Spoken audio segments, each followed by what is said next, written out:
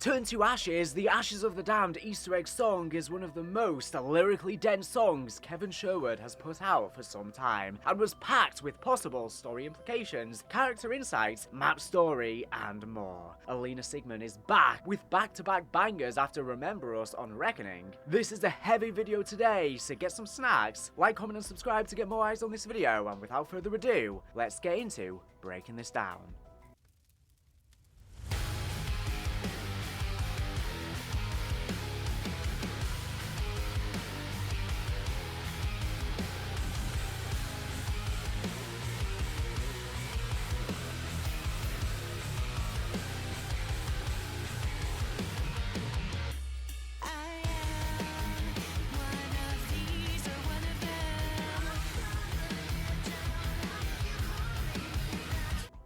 With our first lines in the song, we get an image that can be applied to a lot of different characters. First and foremost, obviously, our player characters, Requiem/Terminus crew, and our new versions of the original four. The line, one of these or one of them, literally gives us two groups, and so in a way, it's almost a bit meta. We then hear that they are following someone down, them being called to. In a way, this represents Requiem's quest to save Samantha up to this point in the story, an endeavour that was ultimately fruitless. However, it also applies incredibly well to the various characters we hear in the point of interest stories of Ashes of the Damned, which I'll have a video covering soon. Much like with Panos and Shem before him, videos 2 already on the channel, the characters in the points of interest were all tempted in one way or another by the Warden, with the end result being them enacting a betrayal. They are one of these or one of them, in the sense that they are random, nobodies effectively, background characters. But to the Warden, they have a special use. He can use their essence through betrayal for reasons we don't yet fully understand.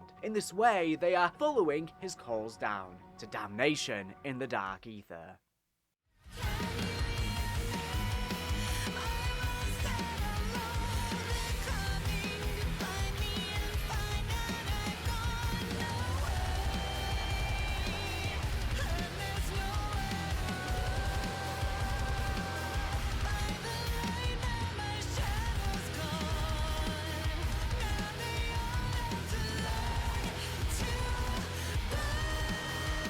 This section, as an answer to the initial one being from the perspective of Requiem, can be read from Samantha Maxis' perspective. While she is seemingly dead, as per Reckoning's intel, this is something Kevin Sherwood has often done, and we can see this in the lyrics to Remember Us, which in many ways is a part 1 to this song, especially given we now know Trek have doubled down finally on the dark ether being made from memories. This section gives us many callbacks to Samantha or otherwise memory-related songs. I'm Lost and Alone reminds us of the lyrics of Lost, the Firebase Z Easter egg song written by Craig Houston himself, detailing very literally Samantha's state of mind in the dark ether during that period of the story. Alone refers us back to the song of the same name, where we hear numerous mentions and implications of the dark ether's ability to siphon away people's memories, something we see happen very explicitly to our characters in Ashes of the Damned, and something that too happened to Samantha. The coming to find me is yet another clue that this is about Samantha, referring back to the always iconic The One Easter egg song from Shino Numa and its chorus.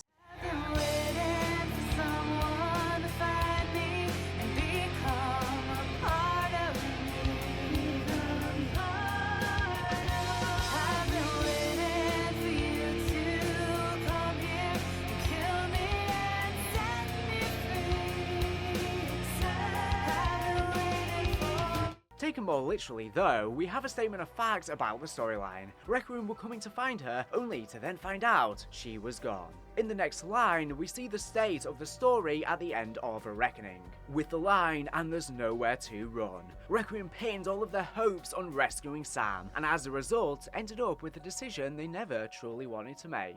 The next part is the biggest clue to Samantha, with the line, "by the light, now my shadow's gone, now they all have to burn." Abracadabra from Ascension's riddles once again come forth into the song analysis, the answers to which being Sam's thoughts on herself and her power at that point in the storyline. Here though, we are told that because of the characters now burning, Sam's shadow has been totally washed out. In essence, there is no way to bring her back. Let's unravel this metaphor a bit as it's rather dense. Icarus. The characters have been damned for their sins. We are told this repeatedly. We know it's actually something to do with energy or essence or whatnot, but poetically, it's a classic story of Icarus. Their arrogance brought them too close to the sun, and now they are being punished. The new versions of the original four all have their own sins, as we are told and are slowly discovering. But let's talk about Requiem, who might seem out of place in the discussion. What is their sin? Samantha was dead, truly, and we know this now. However, Requiem went out of their way to try and bring her back. They believe that using the Sentinel artifact could accomplish this task. Looking back, we know that Gabriel Kraft, a man who had every right to want to use such a thing to bring back those he'd lost, not only his beloved Sasha, but also the loving family of his poor son, but chose not to. And his reasoning is key here. To use the Sentinel artifact is to meddle with the nature, fabric of reality itself, to pervert its course and essentially play God. And Kraft refused, saying that it poisons everyone it touches, even to the point of burning the bridge with his only son to prevent his endeavor, because he knew the price that such power comes with. After the charade is revealed, Requiem don't leave to get on with their lives, accepting their quest as a failure. They instead still choose to use it, even though they have little reason to help either Samantha or Richtofen. Even in Reckoning, they are divided on who to help, but they have come this far, and to a degree, feel they are obligated to.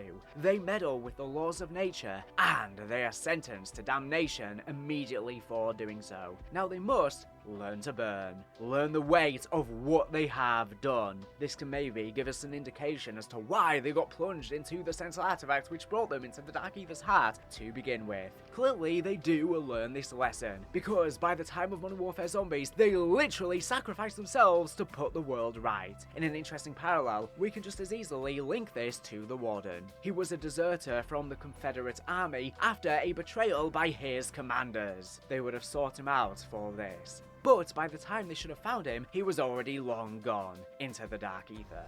We don't know much else, but we can assume that from here, he wanted all of these betrayers of the world to learn to burn. This does beg the question though, why does he start causing these betrayals in the first place?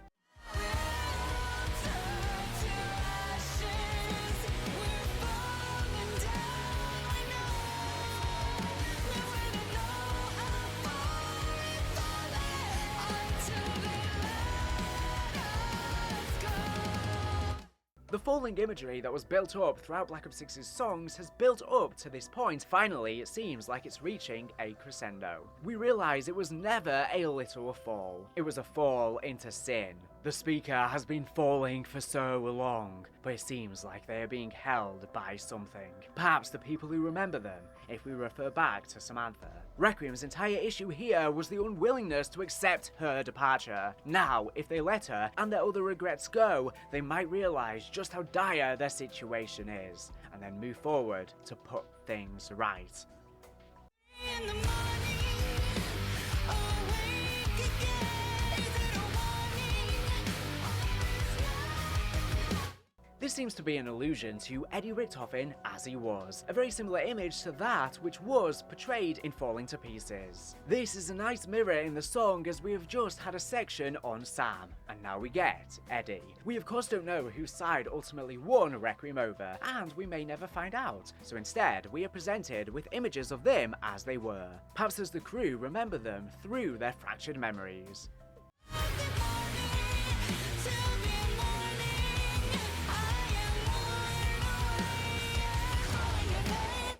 Here we have a callback to the line in Alone.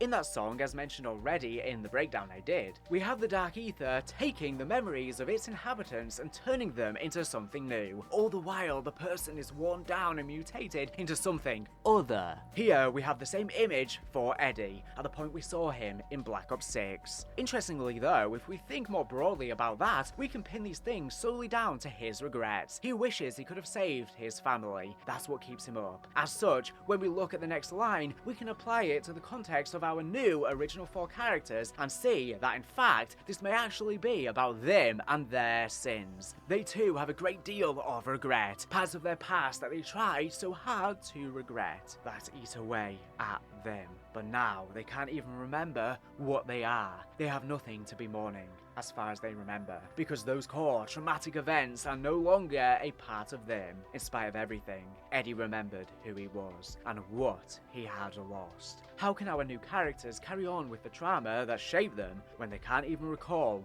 what it is due to this memory loss and distortions? Equally, once again, taking this to the broadest level, we can expand it to the sinners who are manipulated by the Warden.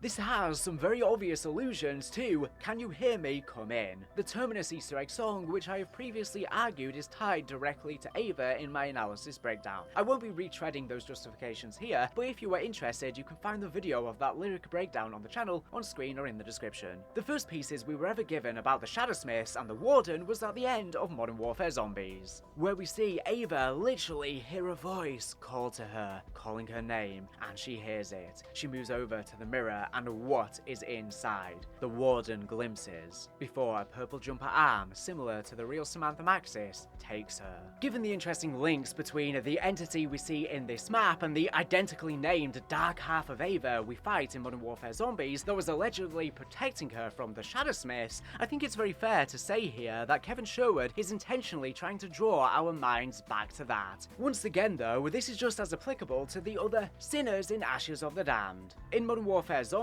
we assumed Ava was a special case, and to a degree she probably still is, but at least in terms of how she entered the Dark Ether, we know that the Warden has done this many times before. Equally, this means that the Warden may not be bound by time as we experience it, as he would surely have already been defeated by that point in time.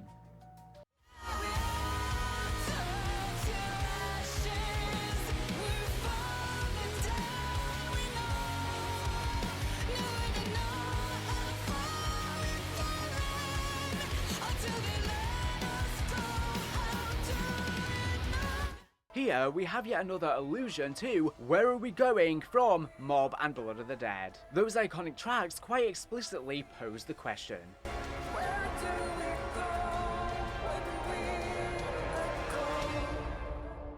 This song seems to provide somewhat of an answer. In the same way that the Alcatraz Pocket Dimension was a sort of hell, so too is Ashes of the Damned. Once again, the speaker states that there's no way to know how far they've fallen from the person they used to be until they are let go.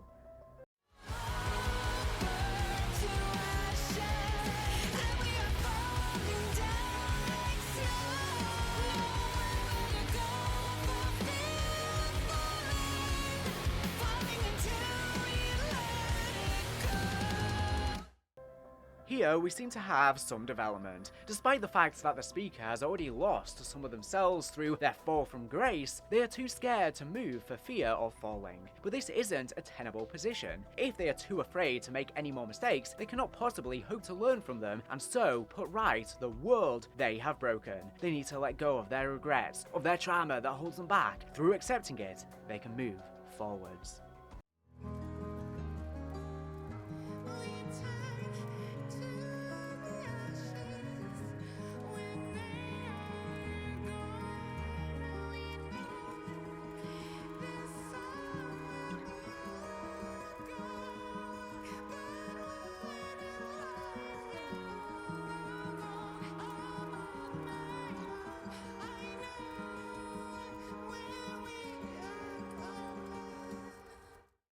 Firstly, this section discusses death plainly. When those we love are gone, we have their remains, their ashes. We may believe their soul has gone somewhere else, that they are still present in a sense, and yet we feel that we are alone. Somewhere We All Go is a call back to Dead Ended and Drowning. In Dead Ended, we have the line,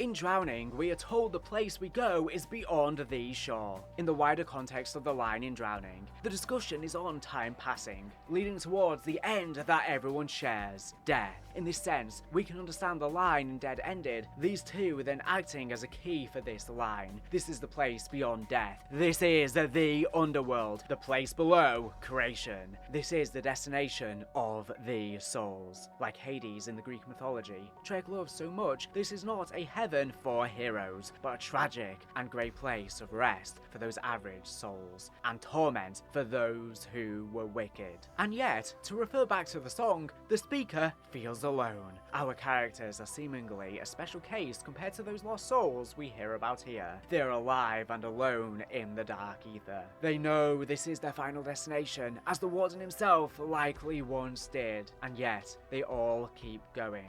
Perhaps they are not so different to the Warden after all.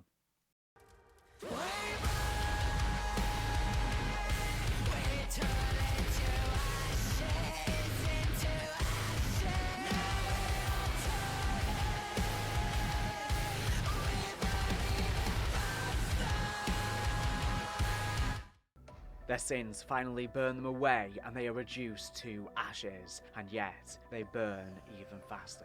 Some sins cannot simply be burned away, as we have discussed. Requiem meddled with the power of creation itself. Just what on earth did Dempsey, Nikolai, Takeo, and especially Richtofen do to deserve this fate? It's worth recalling here, the Warden told Panos that for the knowledge of the Dark Ether he would impart to the Doctor, he would have to burn for it. Is this true for our characters too? Perhaps now they know too much, and they can no longer stop the fire.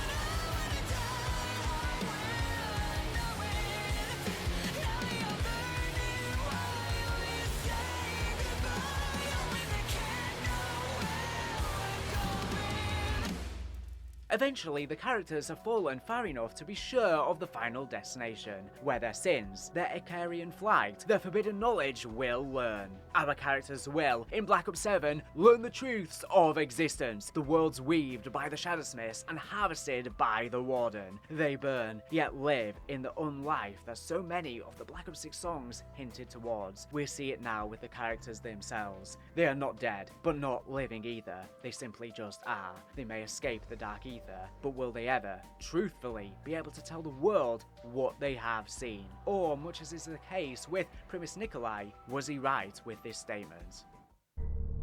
A little learning is a dangerous thing. Drink deep, or taste not the Pierian spring.